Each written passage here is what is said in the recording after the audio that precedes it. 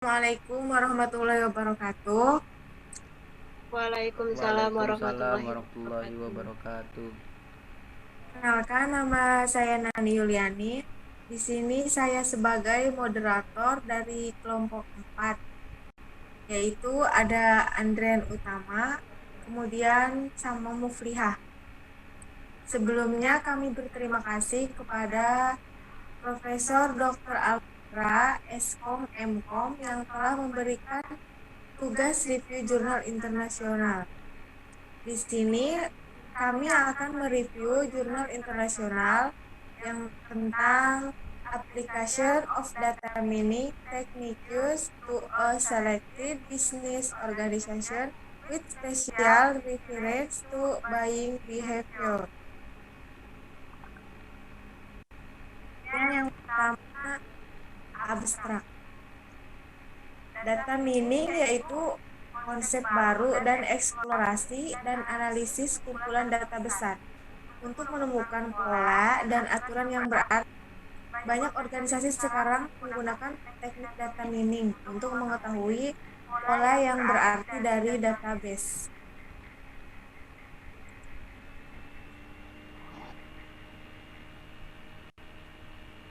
Kemudian ada introduction. Di sini menjelaskan database besar yang dikelola oleh pengecer, penyedia layanan telekomunikasi, dan perusahaan kartu kredit berisi informasi yang sangat berharga terkait dengan pelanggan. Perusahaan-perusahaan ini bisa mendapatkan keuntungan yang sangat besar di bidang pemasaran, periklanan, dan juga penjualan. Jika pola pembelian dan panggilan pelanggan yang menarik dan sebelumnya tidak dikenal dapat ditemukan dari volume data yang besar. Kemudian introduction, penerapan metode data mining untuk sebuah bisnis perusahaan dengan menggunakan teknik induksi aturan, algoritma a priori, analisis keranjang pasar, penambangan aturan asosiasi, dan metode seleksi.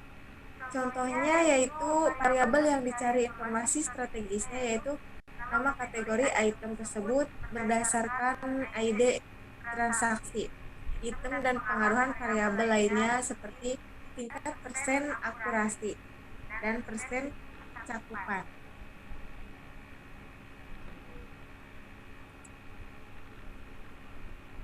Kemudian ada purpose atau tujuan. Tujuannya itu untuk menemukan semua aturan yang memiliki dukungan dan keyakinan lebih besar dari atau sama dengan dukungan dan keyakinan minimum masing-masing.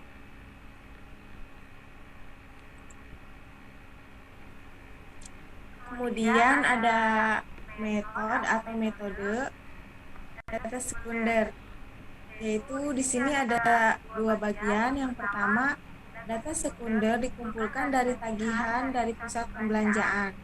Untuk yang kedua yaitu data dikumpulkan dari laporan berskala pusat perbelanjaan.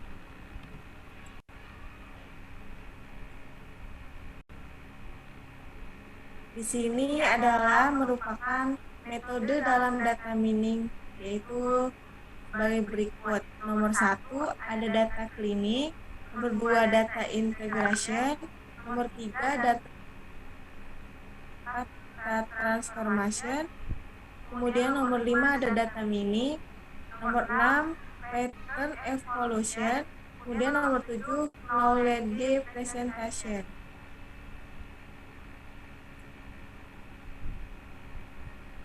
Ini adalah presentasi data dan analisis data. Di sini kita telah penulis telah mengembangkan dan menganalisis database besar pusat pembelanjaan untuk tujuan presentasi. Di sini ada contohnya seperti tabel nomor 1 ini. Kemudian untuk penjelasan selanjutnya akan dibawakan oleh Andrian Utama. Ya, selanjutnya makasih untuk Nani. Selanjutnya coding digunakan binary 0 dan 1. 0 indikasi menunjukkan item tidak ada dalam transaksi dan menunjukkan item ada dalam transaksi. Input catatan transaksi di bawah ini. Tabel nomor 2. Dalam aturan asosiasi dukungan dan kepercayaan diri dihitung beberapa dukungan dan kepercayaan minimum. Diasumsikan aturan yang akan memenuhi kriteria dukungan minimum dan keyakinan minimum akan benar jika tidak salah. Dukungan dan kepercayaan dihitung sebagai berikut. Dukungan X lebih besar dari Y. Jumlah transaksi yang mengandung X dan Y dibagi jumlah total transaksi. Keyakinan X lebih besar dari Y. Dukungan dikali lebih besar dari Y dibagi dukungan X. Asumsikan dukungan minimum sama dengan 0,5% atau 50% dan kepercayaan minimum sama dengan 70%.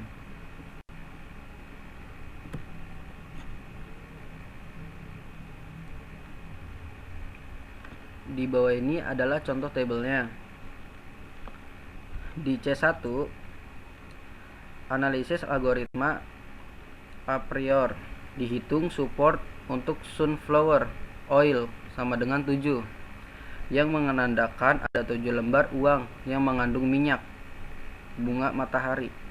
Hitungan dukungan untuk sugar sama dengan 12, artinya ada 12 tagihan yang berisi sugar. Contohnya ada di tabel nomor 5. C2, algoritma akan menghitung jumlah dukungan antara dua item di sini. Support count untuk sunflower oil dan sugar sama dengan 5, menandakan ada 5 bil yang berisi minyak bunga matahari dan sugar. Support count for sunflower oil dan ref sama dengan 5, menandakan ada 5 lembar uang yang mengandung sunflower, minyak, dan rafa. Contohnya ada di tabel nomor 7. Di L2, pangkas item yang memiliki jumlah dukungan terendah berikut item yang memiliki jumlah dukungan sama dengan 2 adalah dihapus dari C2. Contohnya tabel nomor 8. Di C3, menghitung jumlah dukungan antara 3 item. Di C3, support count for sunflower oil, sugar, dan rafa sama dengan 4, menandakan ada 4 bil yang berisi minyak bunga matahari, sugar, dan rafa. Support count untuk sunflower oil, sugar, dan dope sama dengan 2, menandakan ada 2 bil yang berisi minyak bunga matahari, sugar, dan dope. Jumlah dukungan untuk minyak bunga matahari, rafa, dan dope sama dengan 1, menunjukkan ada 1 tagihan yang berisi minyak bunga matahari, rafa, dan dope. Hitungan dukungan untuk sugar, rafa, dan dope sama dengan 1, menandakan ada 1 tagihan yang berisi sugar, rafa, dan dope. Contohnya di tabel nomor 9. Di L3, kami telah menghapus item yang memiliki jumlah dukungan terendah di C3. Jadi L3 akan berisi sunflower oil, sugar, dan rafa dengan support count 4 dan dengan support 26% dan keyakinan 78%, sehingga dari algoritma a priori kita dapat memprediksikan konsumen yang akan membeli sunflower oil dan sugar dapat memiliki rafa dengan keyakinan 78%. Dengan mengamati kalkulasi dari asosiasi rule indikasi teknik Quinn dan algoritma a priori, didapatkan hasil sebagai berikut. Minyak bunga matahari, sugar, dan rafa sangat terkait satu sama lain.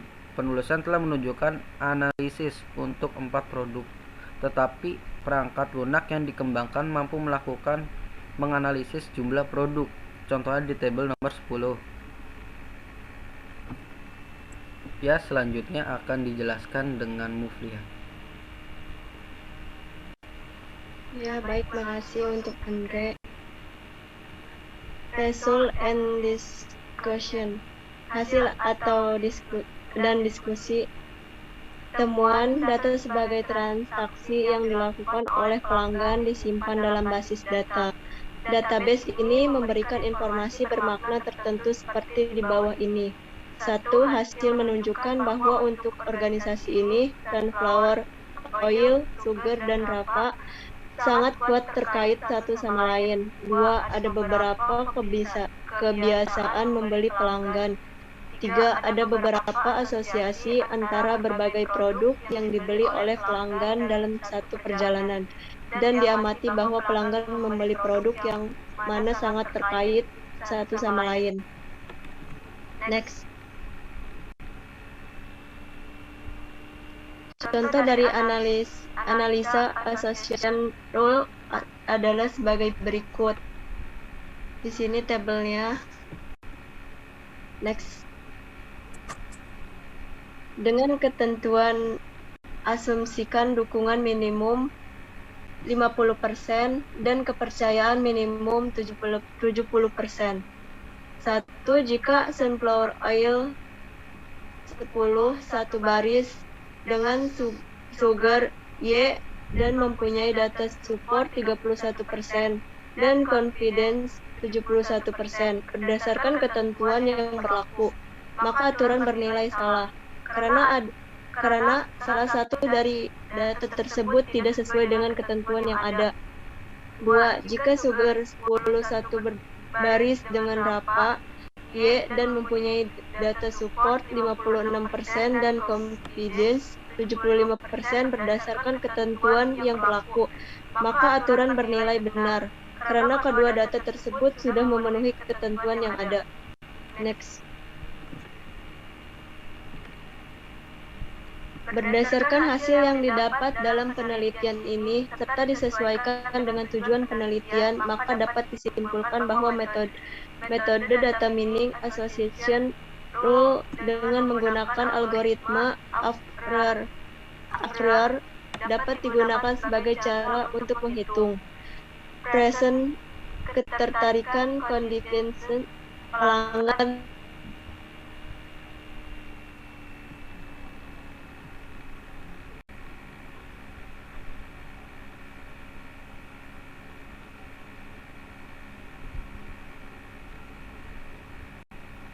dengan memanfaatkan yang akan ditawarkan atau dipromosikan. Dengan menghitung nilai confidence terlebih dahulu, pengembangan penelitian ini ke depannya adalah performansi dalam menentukan frequent item set himpunan item. Dapat dikembangkan lagi dengan membandingkan algoritma Afreer dengan algoritma lain agar dapat diketahui algoritma mana yang lebih efisien dalam menentukan frequent item set. Selain itu, aplikasi lebih dikembangkan agar aplikasi dapat menentukan kepada pelanggan siapa saja suatu produk dapat ditawarkan atau dipromosikan melalui email pelanggan yang sudah terekam dalam database. Next. Selanjutnya akan dibacakan oleh Nani.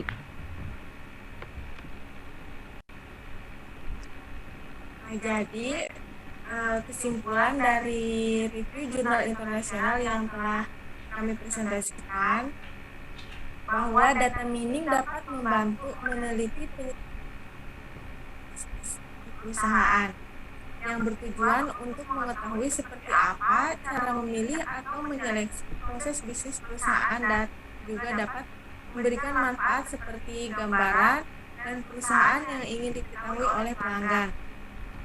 Dengan menggunakan metode analisa data sekunder tersebut, data dapat dikumpulkan berupa angka-angka keterangan item. Garis besar yang dapat diambil dari penelitian ini yaitu bahwa data dapat ditemukan dengan menggunakan teknik data mining supaya memudahkan perusahaan dalam menganalisa produk yang akan dibuat untuk pelanggan.